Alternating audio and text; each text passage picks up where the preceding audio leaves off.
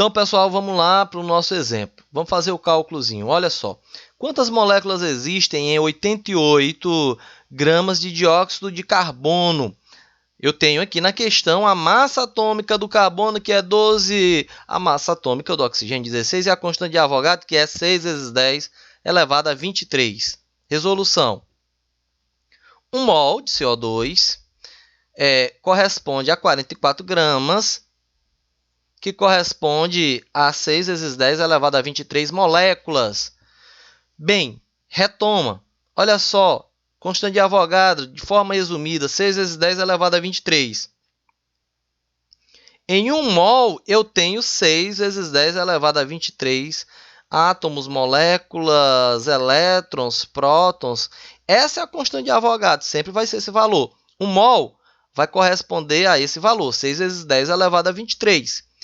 E de onde foi que saiu, professor, esse 44?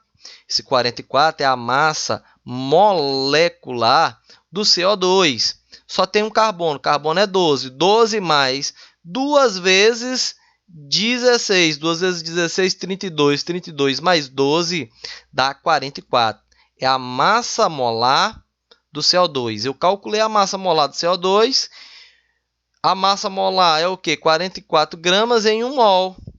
E 1 mol tem 6 vezes 10 elevado a 23. O que é que ele quer saber?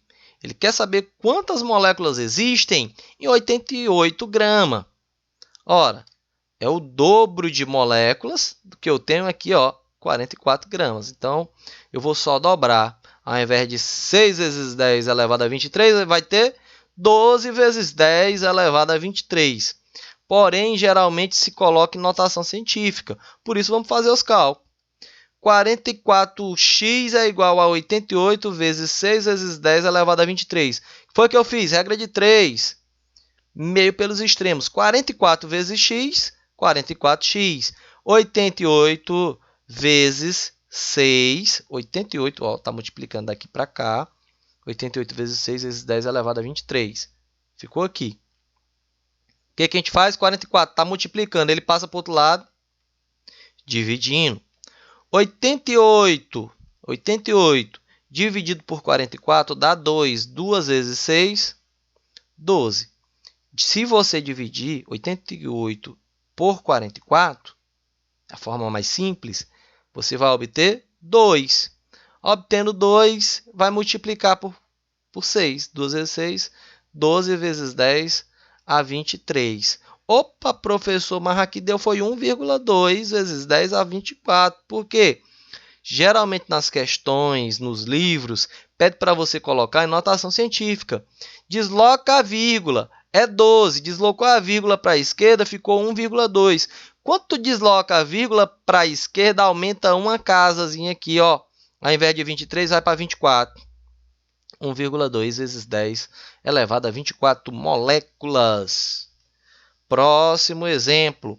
Qual o número de moléculas do ácido acetil salicílico contendo 55 mg de ácido, considerando a massa molar do ácido, 180 gramas por mol. E o número de Avogadro, 6 vezes 10 elevado a 23. Opa, já deu até a massa molar, facilitando aí o meu trabalho. Não precisa calcular a massa molar.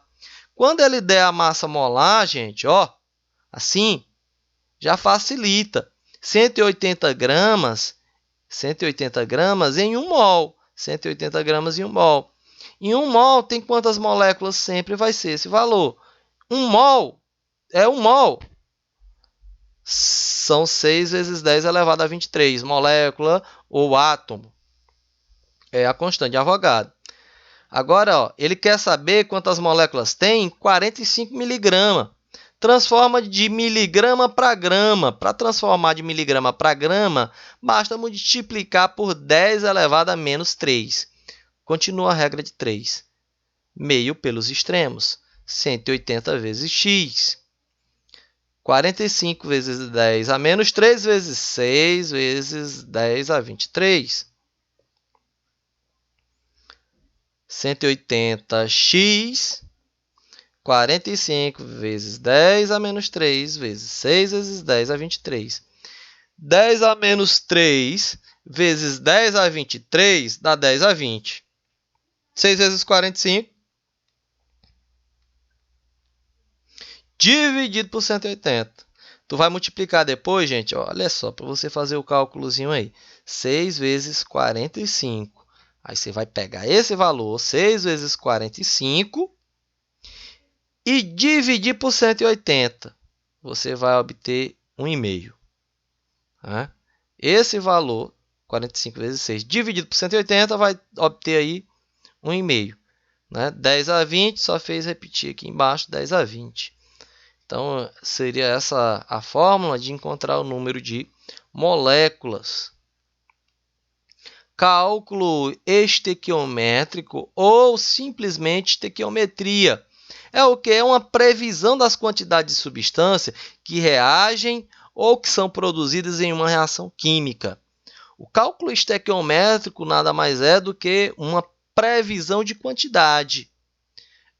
Ou seja, dos reagentes ou dos produtos da reação. Você vai fazer a reação se você tem essas quantidades. Eu tenho uma quantidade de produtos que eu quero obter. Sistematicamente, eu tenho que ter as quantidades necessárias de reagente para que isso ocorra, para que eu possa produzir aquela quantidade exata. Então, eu faço essas previsões com base no que eu quero. A quantidade de reagente ou quantidade de produto. Ok? As regras fundamentais é escrever a equação química mencionada no problema, é o primeiro ponto. Segundo ponto é sempre verificar se a reação está balanceada. Se essa equação ela estiver balanceada, você não vai precisar acertar os coeficientes estequiométricos. Caso ela não esteja balanceada, você vai acertar os coeficientes estequiométricos dessa reação. Ok? E, por fim, estabelecer a regra de 3 de acordo com o problema que se pede, se o cálculo é em relação à massa, se é em relação a volume, se é em relação a número de mol. Então, você vai montar essa regra de 3 de acordo com o problema. O primeiro problema que a gente vai estar visualizando é quando o dado e a pergunta do problema são expressos em massa. Tanto os dados quanto o problema que está se perguntando, ele está pedindo para que você encontre massa, trabalha com massa. Então, vamos lá, primeira questãozinha aí. O ácido fosfórico usado em refrigerante do tipo cola é um possível causador da osteoporose. Ele pode ser formado a partir da equação não balanceada. Ele já disse que a minha equação não está balanceada, ou seja, o primeiro ponto que tem que ser realizado aqui é o balanceamento dessa reação química. E o que ele pede? Ele pede a massa em grama do ácido fosfórico, partindo-se de 62 gramas de fosfato de cálcio. O fosfato de cálcio reagiu com o ácido sulfúrico para formar o ácido fosfórico. A reação é essa. Eu tenho o fosfato de cálcio reagindo com o ácido sulfúrico, formando o ácido fosfórico. Quanto que eu tenho? 62 gramas no iniciozinho aqui, de fosfato de cálcio. Qual vai ser a massa do ácido que vai ser produzida? Então, a gente vai fazer aí a estequiometria dessa reação partindo do primeiro ponto, que é o balanceamento. Tá aí a minha reação química. Partindo do pressuposto da reação para o balanceamento, a primeira coisa que eu vou fazer é acertar esses coeficientes. O primeiro ponto que eu pego são os maiores índices dos elementos que aparecem apenas uma única vez, tanto nos reagentes como nos produtos, que nesse caso eu tenho aqui, primeiramente aqui, o cálcio, que é 3. Tem 3 cálcio aqui, 3 cálcio. Eu pego esse valor e coloco ele como índice na minha equação, multiplicando todos os elementos. Eu tenho 3 cálcios no início, eu tenho que ter 3 cálcios no final da reação. No balanceamento, como a gente falou, o que eu tenho no início eu sempre vou ter que ter no final da reação química, né? Um outro ponto, coloquei o 3 aqui do cálcio, são 3 cálcios. A partir do momento que eu multiplico aqui por 3, eu tenho 3 enxofre. Então, no início também eu tenho que ter 3 enxofre, por isso que eu multipliquei por 3. Né? Aqui, para me obter também 3 enxofre. Tenho 3 enxofre agora também. E agora, eu vou multiplicar por quem? Né? Eu vou multiplicar o ácido fosfórico. Por que eu estou multiplicando por 2? Porque são 2 fosfatos aqui, ó. 2 fósforo. Esse 2 multiplica o oxigênio, que dá 8, e multiplica o P, que dá 2. Então, se tem 2 fósforos no início, eu tenho que ter 2 fósforos no final da minha reação. Beleza. Quando você fizer isso, que tiver aí somando as quantidades de elemento químico, você vai verificar que está totalmente igual. Eu tenho 3 cálcios no início, tenho 3 cálcios no final. Eu tenho 2 fósforos no início, eu tenho 2 fósforos no final. Eu tenho 3 enxofre no início, eu tenho 3 enxofre no final. Professor, tem quantos oxigênio? No finalzinho aqui, vamos contar logo no final. 3 vezes 4, 12. 12 mais 8. 12 mais 8, eu vou ter 20. 20 oxigênio. Do outro lado eu tenho quanto? 3 vezes 4, 12. 12 mais 8, 12 mais 8 também são 20. Então, o que eu tenho no início, eu tenho que ter no final. Acertei os coeficientes estequiométricos da minha reação, a equação está balanceada. Agora sim, eu posso fazer as regras de 3 com a proporção exatamente igual.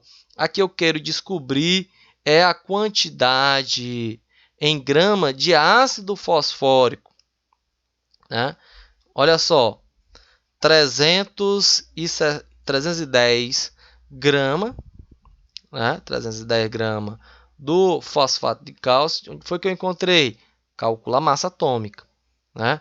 A massa molar, pega as massas atômicas de cada um desses elementos, cálcio, o fósforo e o oxigênio, faça aquele cálculo da massa molar e obtenho isso aí, 310. No final, elas têm que ser proporcionais. Se no início eu trabalhei, né, eu tenho aqui em 1 mol, eu tenho 310 gramas em 1 mol. Aqui só tem 1. Quando aparece o coeficiente, aqui é 1. Então, se eu tenho 310 gramas, por que eu calculei a massa molar do fosfato de cálcio? Porque eu vou trabalhar com 62 gramas do fosfato de cálcio. Então, eu calculo para 1 mol. Para 1 mol tem 310. E no final obtenho o quê? De ácido fosfórico.